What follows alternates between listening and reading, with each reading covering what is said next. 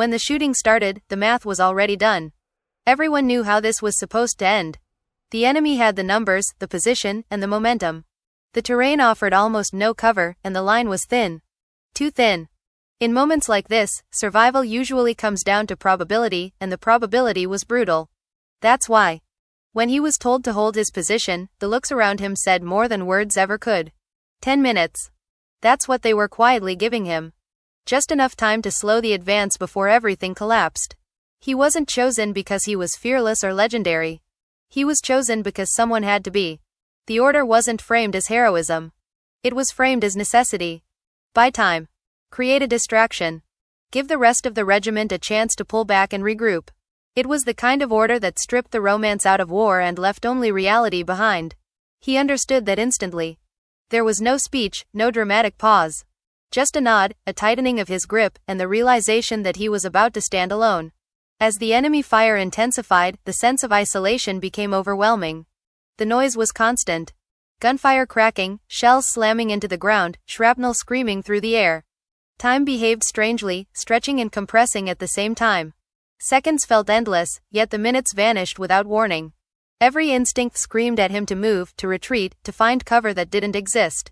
But he stayed. Not because he believed he would win. But because leaving would mean everyone behind him would pay the price. The men pulling back kept glancing over their shoulders. They expected to see him fall almost immediately. It wasn't cruelty. It was realism.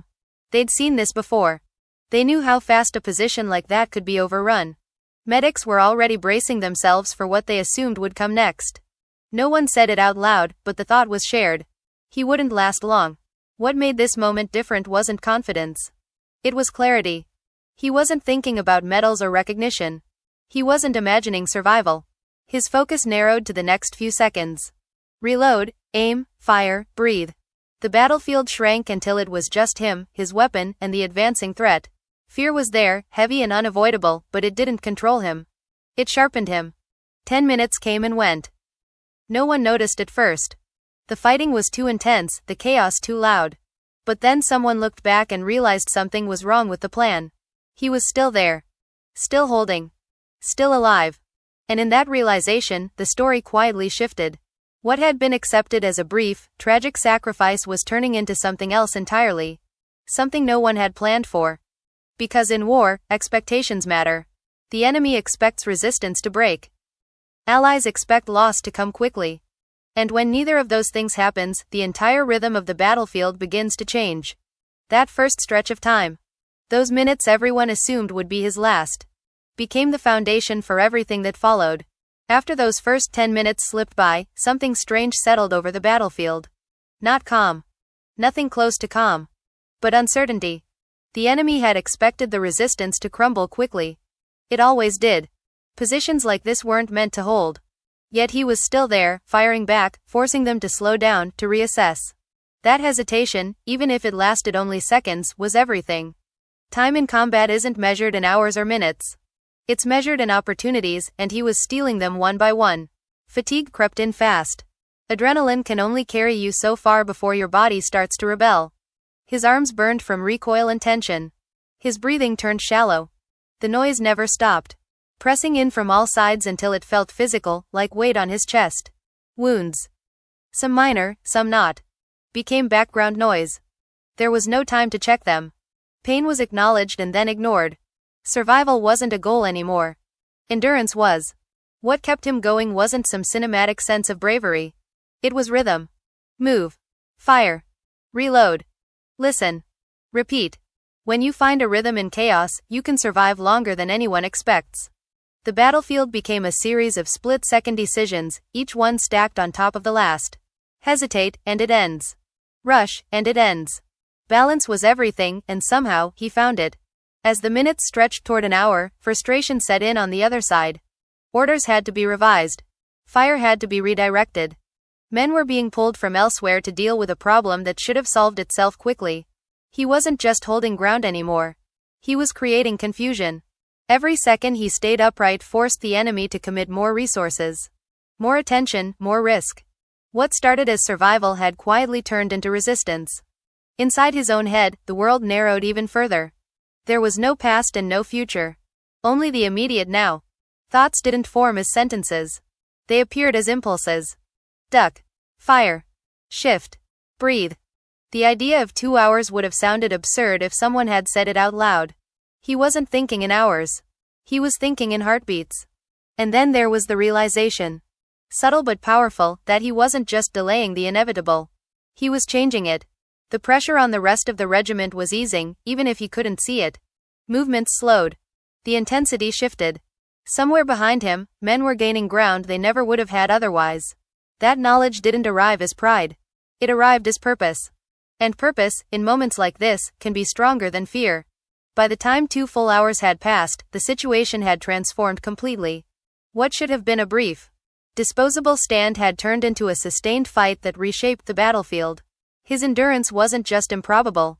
It was disruptive. The enemy no longer had momentum. The clock, once his greatest enemy, had become his weapon. And this is the moment where survival crossed a line.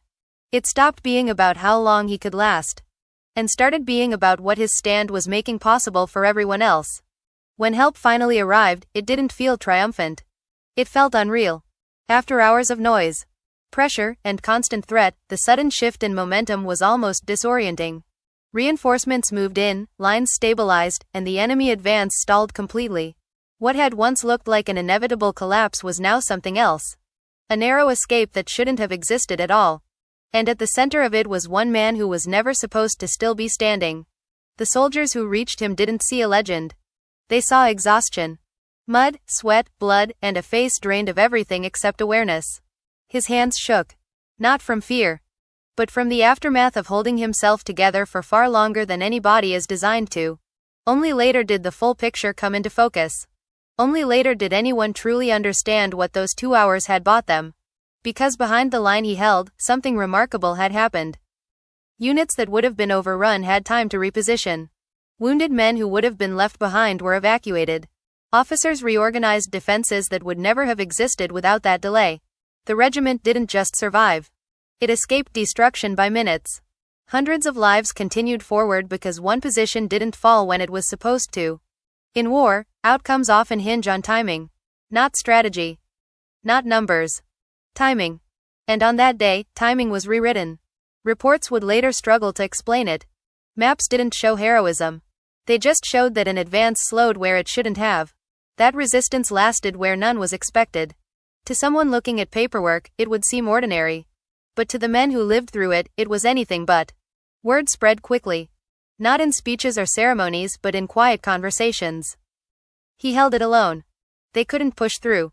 We shouldn't be here. These weren't exaggerations. They were acknowledgments. A shared understanding that the margin between life and death had been impossibly thin. And somehow, they had crossed it intact. What makes this moment so powerful isn't just that he saved others. It's that he did it without knowing he would. There was no guarantee reinforcements would arrive. No certainty that the line would hold elsewhere. He didn't fight because victory was assured. He fought because quitting would have meant immediate loss. That distinction matters. It's the difference between confidence and commitment. Long after the battle ended, the effects lingered. Survivors carried the weight of knowing how close they came to being erased. Some would later say that it changed how they understood courage.